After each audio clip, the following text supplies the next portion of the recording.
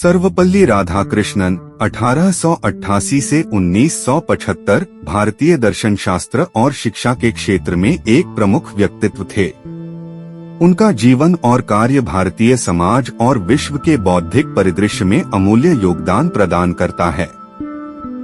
राधाकृष्णन न केवल एक विद्वान और शिक्षक थे, बल्कि एक ऐसे विचारक भी थे जिन्होंने भारतीय दर्शन को वैश्विक मंच पर प्रस्तुत किया और भारतीय संस्कृति को एक नई पहचान दी। इस विस्तृत जीवनी में हम उनके जीवन के विभिन्न पहलुओं, उनके विचारों, उनकी शिक्षा शास्त्र की पद्धतियों और उनके योगदान की गहराई से चर्चा करेंगे। एक प्रारंभिक जीवन और शिक्षा। सर्वपल्ली राधाकृष्णन का जन्म 5 सितंबर 1888 को तिरुत्तनी, मद्रास प्रेसिडेंसी, अब तमिलनाडु में हुआ। उनके पिता सर्वेपल्ली चेल्लय्यन एक धार्मिक शिक्षक और उनके माता सर्वेपल्ली शारदाम्मा एक गृहिणी थीं।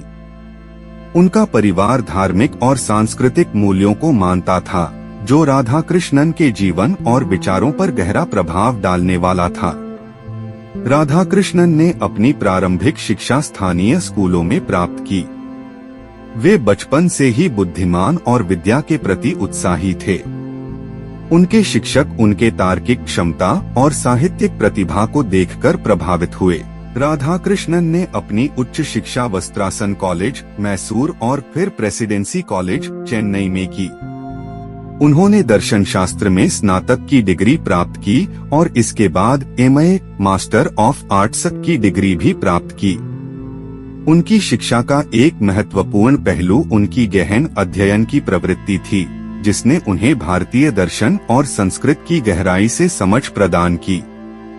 दर्शन शास्त्र में राधाकृष्णन की रुचि ने उन्हें भारतीय दार्शनिकों के ग्रंथों और विचारों की गहराई से समझने की प्रेरणा दी। वे अद्वैत, वेदांत और अन्य भारतीय दार्शनिक परंपराओं से गहराई से प्रभावित थे और उनकी विचारधारा को वैश्विक मंच पर प्रस्तुत करने का प्रयास किया। 2 अकादमिक करियर और विचारधारा। राधाकृष्णन ने अपने अकादमिक करियर की शुरुआत एक शिक्षक के रूप में की। वे विभिन्न विश्वविद्यालयों में दर्शन शास्त्र के प्रोफेसर बने और उनके विचारों और शिक्षण विधियों ने उन्हें एक सम्मानित शिक्षाविद बना दिया। उनकी प्रमुख कृतियों में इंडियन फिलॉसफी और the philosophy of Rabindranath Thakur शामिल हैं। राधाकृष्णन ने भारतीय दर्शन को वैश्विक मंच पर प्रस्तुत किया और इसके मूलभूत सिद्धांतों को पश्चिमी दार्शनिकों के साथ संवाद में लाया। उन्होंने भारतीय दार्शनिकता की गहराई और उसकी आधुनिक प्रासंगिकता को स्पष्ट किया, जिससे भारतीय विचारधारा को एक नई पहचान मिली। राधाकृष्णन ने अद्वैत वेदांत के सिद्धांतों को अपने विचारों में शामिल किया। उन्होंने वेदांत के अद्वैत, अद्वितीयता सिद्धांत को प्रस्तुत किया, जिसमें ब्रह्मा, जीव और जगत के अद्वितीयता की बात की गई है। उनके अनुसार सच्चाई और वास्तविकता का अनुभव अद्वैत के माध्यम से किया जा सकता है। राधाकृष्णन का शिक्षा के प्रति दृष्टिकोण व्यापक और समावेशी था। वे शिक्षा को केवल ज्ञान प्राप्ति का साधन नहीं मानते थे, बल्कि इसे व्यक्तित्व के समग्र विकास के लिए आवश्यक मानते थे। उनके अनुसार शिक्षा का उद्देश्य केवल व्यावसायिक सफलता नहीं, बल्कि सामाजिक और नैतिक मूल्य भी प्रदान करना चाहिए। 3 राजनीतिक और सामाजिक योगदान। राधाकृष्णन ने भारतीय स्वतंत्रता संग्राम के दौरान भी सक्रिय भूमिका निभाई। उन्होंने भारतीय राष्ट्रीय कांग्रेस और अन्य स्वतंत्रता सेनानियों के साथ मिलकर ब्रिटिश शासन के खिलाफ संघर्ष किया। उनके विचार और कार्य स्वतंत्रता संग्राम के उद्देश्यों को प्रोत्साहित करने में सहायक रहे।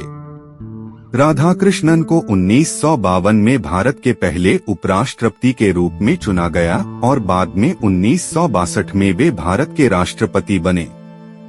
उनके राष्ट्रपति पद के दौरान वे भारतीय संविधान की रक्षा और लोकतंत्र के मूल्यों को बनाए रखने में सक्रिय रहे। उनका राष्ट्रपति कार्यकाल भारतीय लोकतंत्र की मजबूती के लिए महत्वपूर्ण था। राधाकृष्णन ने शिक्षा के क्षेत्र में कई महत्वपूर्ण सुधार किए। वे भारतीय शिक्षा प्रणाली को आधुनिक और अंतर्राष्ट्रीय मानकों के अनुरूप बनाने के पक्षधर थे। उनके प्रयासों से शिक्षा के क्षेत्र में कई नीतिगत बदलाव हुए, जिन्होंने भारतीय शिक्षा को एक नई दिशा दी। 4. राधाकृष्णन के विचार और योगदान।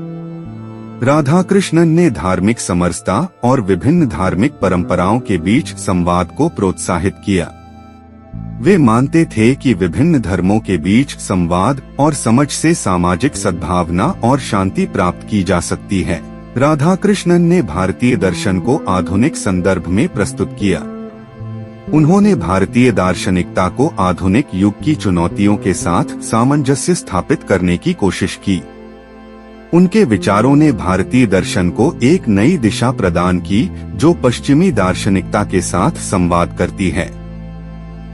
राधाकृष्णन ने भारतीय साहित्य और कला को भी प्रोत्साहित किया। उन्होंने भारतीय संस्कृति की विविधता और उसकी अद्वितीयता को वैश्विक मंच पर प्रस्तुत किया। उनके विचारों ने भारतीय साहित्य और कला को एक नई पहचान दी और विश्व भर में उसकी सराहना की। 5. सम्मान और पुरस्कार। राधाकृष्णन को उनके जीवन और कार्य के लिए कई पुरस्कार और सम्मान प्राप्त हुए। उन्हें 1954 में भारत रत्न से सम्मानित किया गया, जो भारत का सर्वोच्च नागरिक सम्मान है। इसके अलावा उन्होंने कई अंतर्राष्ट्रीय पुरस्कार भी प्राप्त किए, जो उनके दार्शनिक और शैक्षणिक योगदान की मान्यता थे। राधाकृष्णन ने कई पुस्तकें और लेख लिखे, जो उनके विचारों और दर्शन की गहराई को दर्शाते हैं। उनकी प्रमुख कृतियों में इंडियन फिलॉसफी, आत्मा और ब्रह्मा और the philosophy of Rabindranath Thakur शामिल हैं। इन पुस्तकों ने भारतीय दर्शन को वैश्विक स्तर पर प्रस्तुत करने में महत्वपूर्ण भूमिका निभाई। राधाकृष्णन की शिक्षा और दार्शनिकता के प्रति उनके योगदान के सम्मान में कई विश्वविद्यालयों और संस्थानों का नाम उनके नाम पर रखा गया।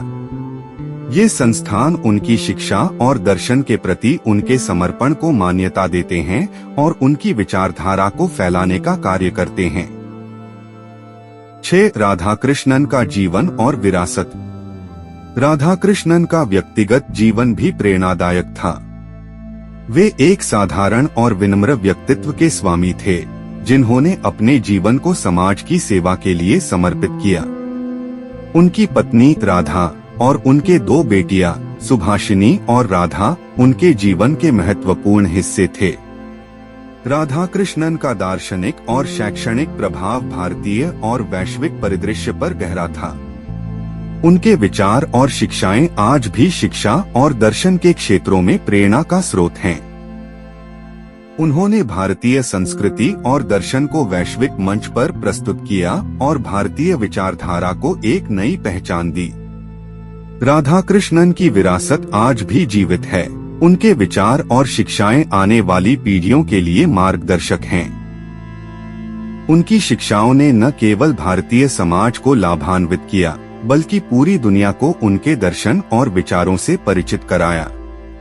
उनका जीवन और कार्य एक प्रेरणा का स्रोत है, जो मानवता, शिक्षा और दर्शन के क्षेत्र में अनमोल योगदान प्रदान करता है।